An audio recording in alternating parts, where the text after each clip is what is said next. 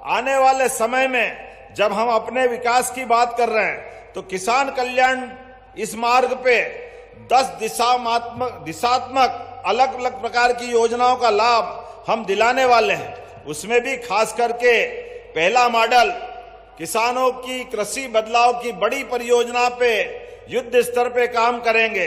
हमारा फोकस मोटा अनाज, ज्वार, बाजरा, कोदो, कुटकी, चना, उसी के साथ साथ चना और सरसों पे भी रिसर्च कराने का, और खाद की लाइन में लगने के बजाय आज यहाँ ऐप का लोकार्पण किया है, जिसके माध्यम से अब हमारे अपने मोबाइल में ही वो आ जाएगा कि आपको खाद कब मिलने वाला है। तो खाद को लेकर के मारामारी, लाइन में लगना, वो सारी समस्या खत्म होगी।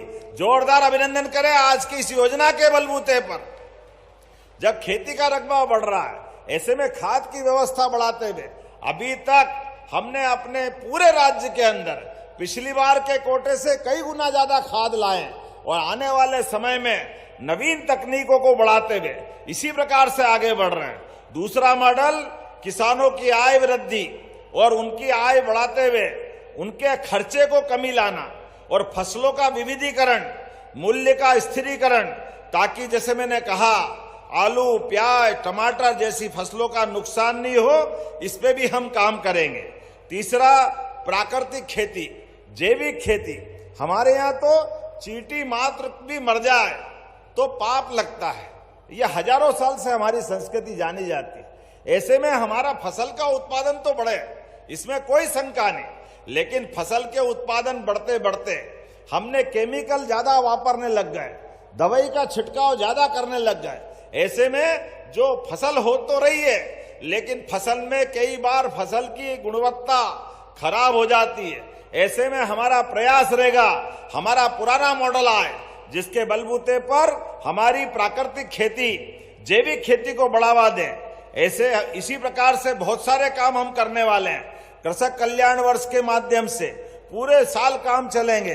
फरवरी में कोदो कुटकी बोनस वितरण, मार्च में प्राकृतिक खेती और संगोष्ठी, मई में नर्मदापुरम का प्रसिद्ध आम उत्सव, अगस्त सितंबर में इंदौर में एफपीओ का कन्वेंशन, छिंदवाड़ा में एग्रीकल्चर इंफ्रास्ट्रक्चर पे अलग अलग कार्यशाला, अक्टूबर और नवंबर में फूड फेस्टिवल।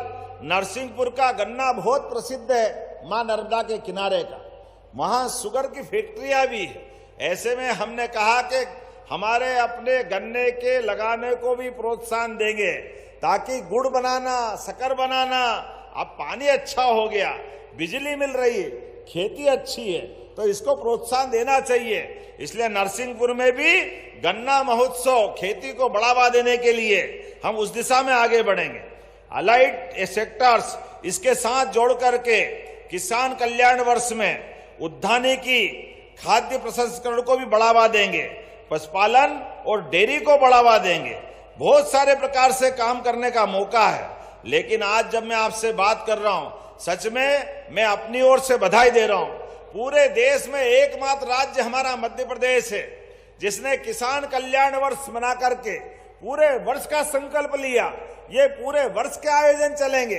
अभी ट्रैक्टर रैली, कहीं मोटरसाइकिल रैली, कहीं पैदल रैली, हमारे अलग अलग प्रकार के पशुओं की प्रदर्शनियां, जहां पर उन्नत पशु लेकर आएंगे, कहीं फलों की, कहीं फूलों की, सब प्रकार की प्रदर्शनियां।